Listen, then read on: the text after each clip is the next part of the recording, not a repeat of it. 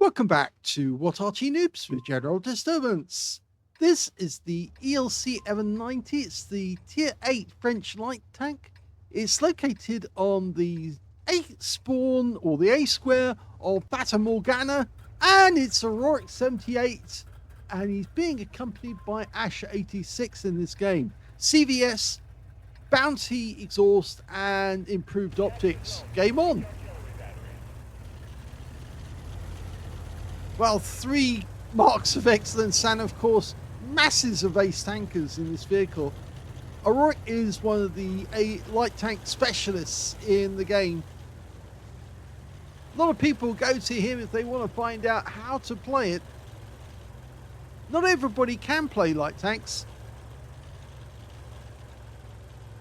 but quite a few will actually play other tanks by preference, because playing light tanks is actually fairly difficult, because you have to remember what your role is, that you are there to spot the enemy for your teammates, and also that you have to have a lot of trigger control to avoid actually shooting when you want to shoot, but you can't, because of course it would give away your position. Now, the ELC-790 only has a 90mm main gun, which is a bit of a pity really, because a lot of us would like it. Would love it actually if Wargaming were to introduce some of the other guns that they have, or potentially could have. It would be interesting having the 30mm cannons, because it had 2 30mm cannons, one either side. You can imagine the number of shells that it could actually carry in an ELC-790 instead of 90mm shells, because you can only have 3 90mm, as you can see there. Oh, he's being shot at. Yeah, he needs some help. He needs to back up a little. Yeah, so only 3 90mm, and you only get 220 alpha on each of those shells. Only 175 mils of penetration with standard ammo, which means you have to hit weak spots, and oh dear, this is not what we want to see. The EBR-75 has actually managed to find us. The good news is that we've actually captured that cap square, and we've also managed to survive this long. Another thing about light tank play, I think that most people know, or at least they should know, is that it really does help to stay alive as long as possible. If you're out of the game too quickly, then of course you won't benefit. So sometimes just being very sneaky is really helpful, and just staying in the game as long as you can.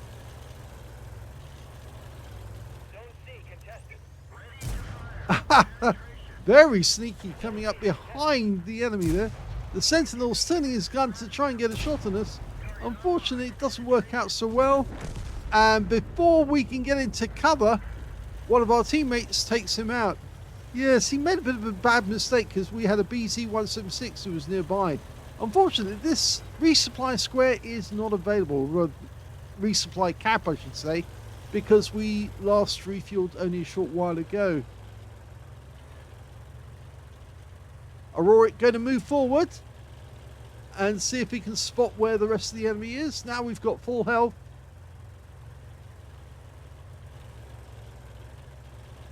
It does take a little while for this thing to build up speed, but once it does build up speed, 70 kilometers an hour.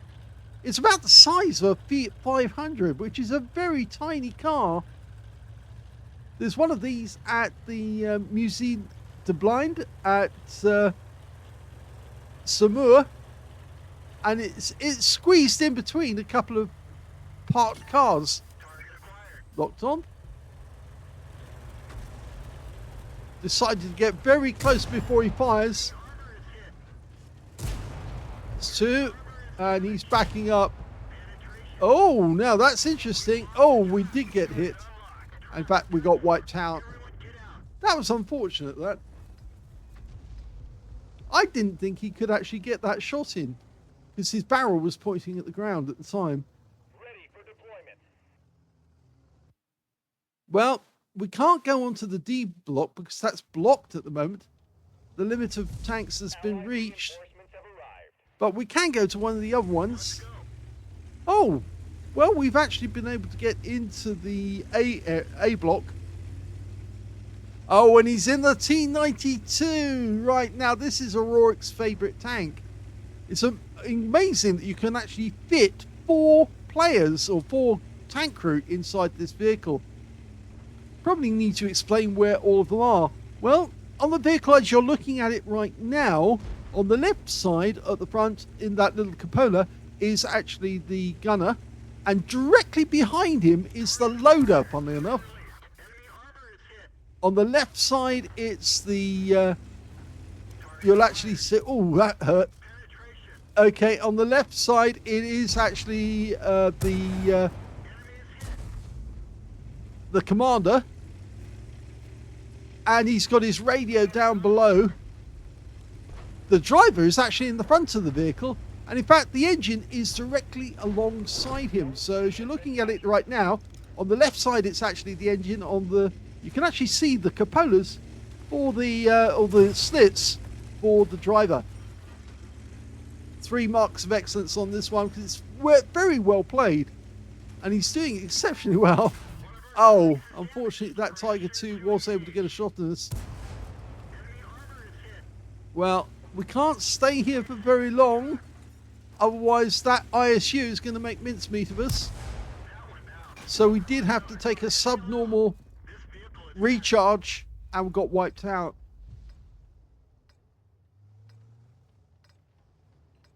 Well, he's going into battle in the Squall. Now, this is a Czech tank. Oh, is this a Squall? It doesn't look like the Squall to me. It is the Squall. I'm wrong. Okay, the Squall, as I say, Czech light tank, auto cannon with 5cm shells. Now, it only has, it doesn't have a very big clip, only 100 shells. But that's more than enough. Oh, and this guy can't even see us. And that's the end of his game. Well, not quite, but he's back in reset. Went round the corner, wasn't looking in the right direction, tunnel vision, drove straight into us and just allowed us to sit next to him, blasting him in the side. Okay, he's reloaded, but just wants a bit more health. Repairs completed.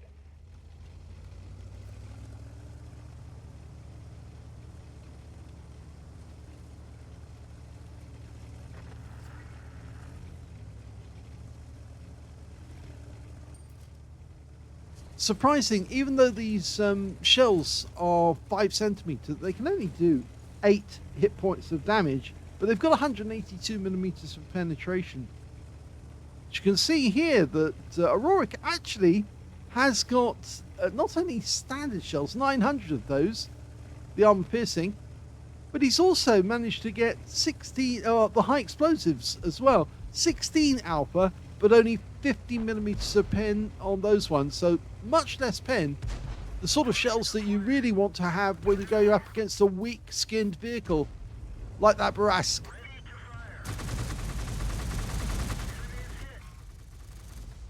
Combat reserve unlocked. And yes, I think that was that Asher?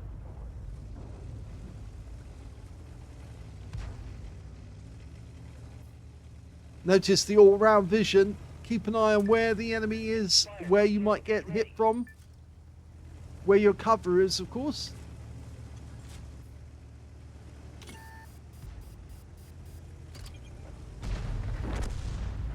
Now, according to this, the XM57 is the only enemy vehicle in view range, but that can't be right. Oh, well, he pumps out 2. Ouch. Yes, it was Asher. He's pumping that 76mm.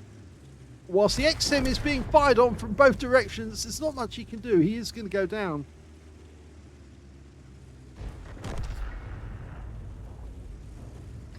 Allied reinforcements have arrived. Looks like he's going for the LT-432. Ready for deployment. And we're in. Still in the same zone. So he'll want to join up with Asher, who's up ahead of us at the moment. Only 250 meters away. Now we've switched to an 85mm gun with standard APCR. It's capable of 180 alpha, 176mm of pen. And there's Asher. He's actually in the bush.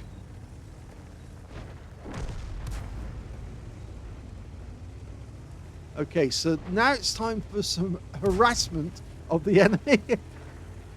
2 light tanks, one attacking from one direction, one attacking from the other. Tiger was getting harassed there. Oh, we got one in. And now we've got behind the Tiger 2.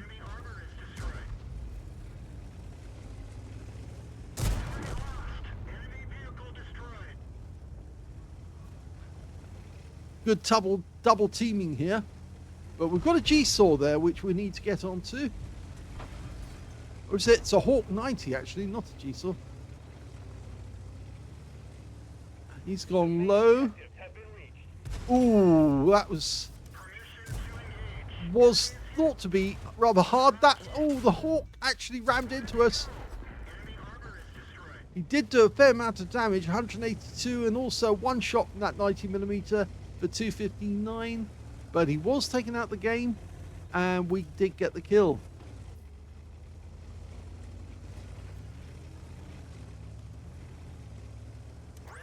I shoot in the bush.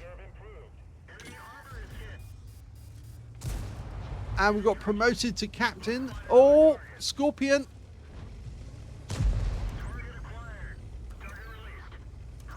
Distract him. Yep, that's it. Keep him distracted, but watch out for that 703 too. And he does the right thing there. Disengages because he doesn't want to take on 2 tanks at the same time. The Scorpion and the 703 would be a little too much. And he puts some mines down in the track of the Scorpion. And gets the kill that way. And he gets the kill on the ISU as well. And he went for the weak spot right next door to the gun. On the opposite side to the gun. And he can get a quick recharge. Nice. Well placed. Asher needs to come in though. He needs to get resupplied.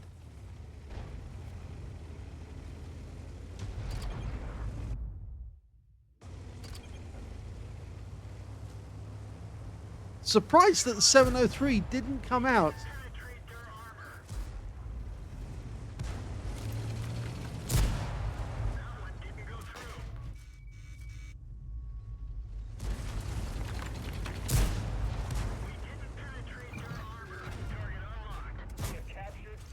Not getting the pen here, but at least our teammate did. And he went down to the Iron Army.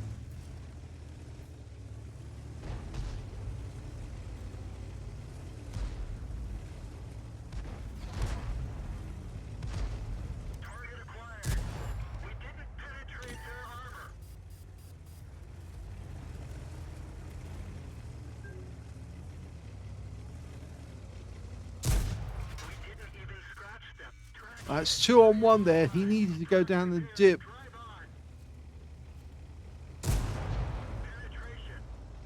Needs to get into cover again. Oh, that was bad shooting by the enemy, but this is bad driving by the T-44.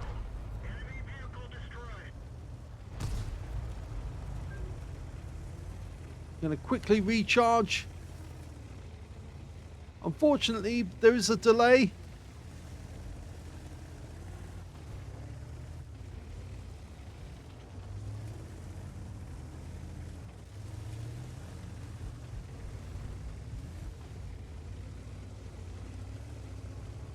Objective 5 reached.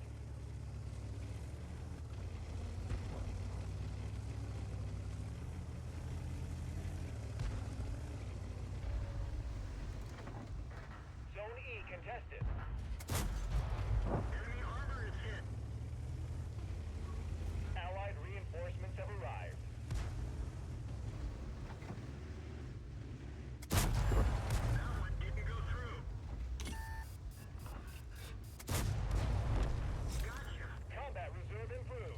Well, that got an increase to major now.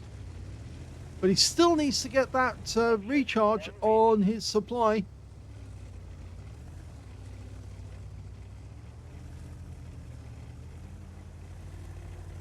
Only seconds to go.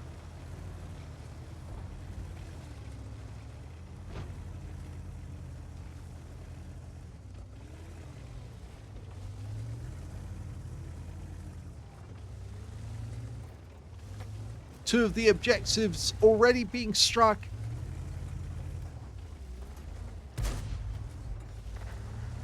Zone E has been captured. Vehicle repaired. Asher's still very low on hit points though. Has entered the field. The bomb squad has arrived and is ready to lay mine. Our general has entered the field.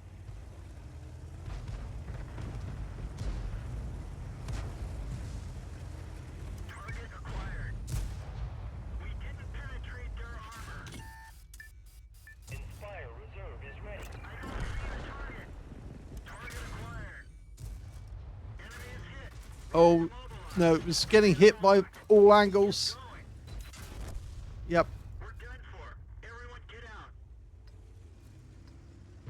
Well, he's got a choice. And he doesn't want those two. At the moment, he's going for the Squall again. Yep. Let's go.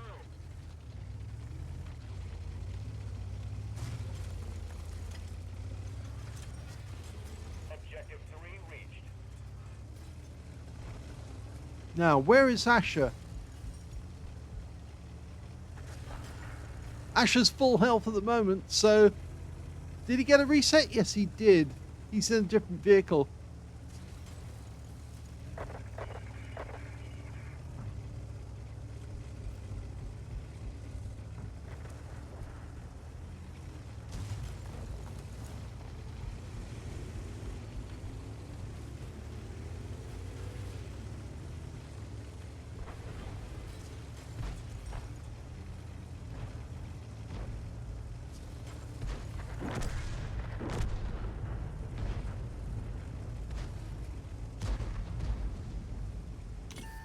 And yeah, we've been spotted. The enemy's got guys in the bushes. Well, the brass certainly got a thrashing there. And there's Asher. He's in the CS52. The list. The box. Now, we did take one round from the Lanson, which of course is a 105mm. Objective 1 reached.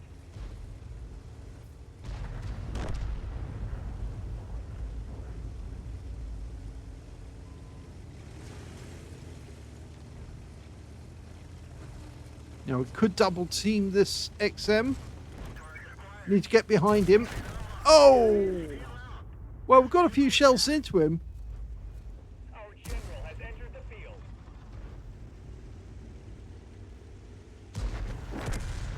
Objective 4 reached. And the kill shot goes to Asher on that XM57. Now, which one are we going to be going into?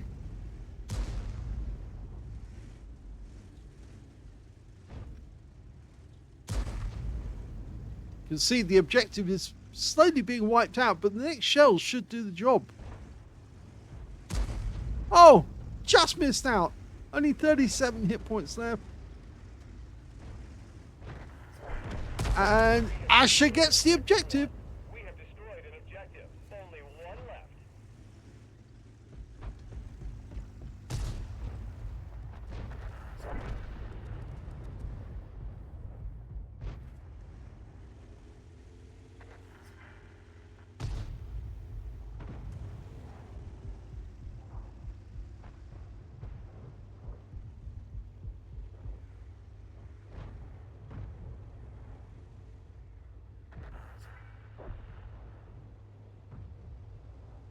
So frustrating when you're out without a vehicle to go to. Allied reinforcements have arrived. And it's the T-92 that he's going back to. Deployment. Let's get this show on the road. Objective 2 reached.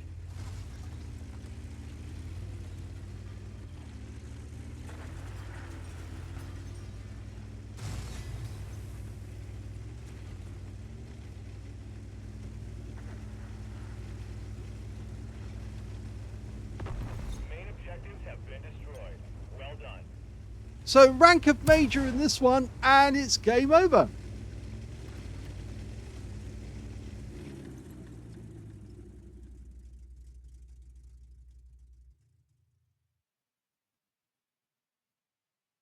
Here's the end of battle stats, and Aurorik78 of SAMS managed to get 133,196 credits out of that game and 3,306 in the Squall. With a look at the team score, we can see the Squall did 2,660 hit points of damage, didn't get any kills, but he got 678 XP. And if we look at detail, we can see that he fired 354 shots, got 342 direct hits and only 155 penetrations. And yes, some of those shells that he was firing were actually into the sides of vehicles which were slightly better armored than he expected. But he did get the 2,660 hit points of damage, and he got 747 of those at more than 300 meters. He took away 90,564 credits from the game, and he also took 2,136 experience points out of it as well. But yes, a little light tank aggression, as he says, on Frontline. Hope you enjoyed that replay. If you did, please give this video a like, and thank you for watching.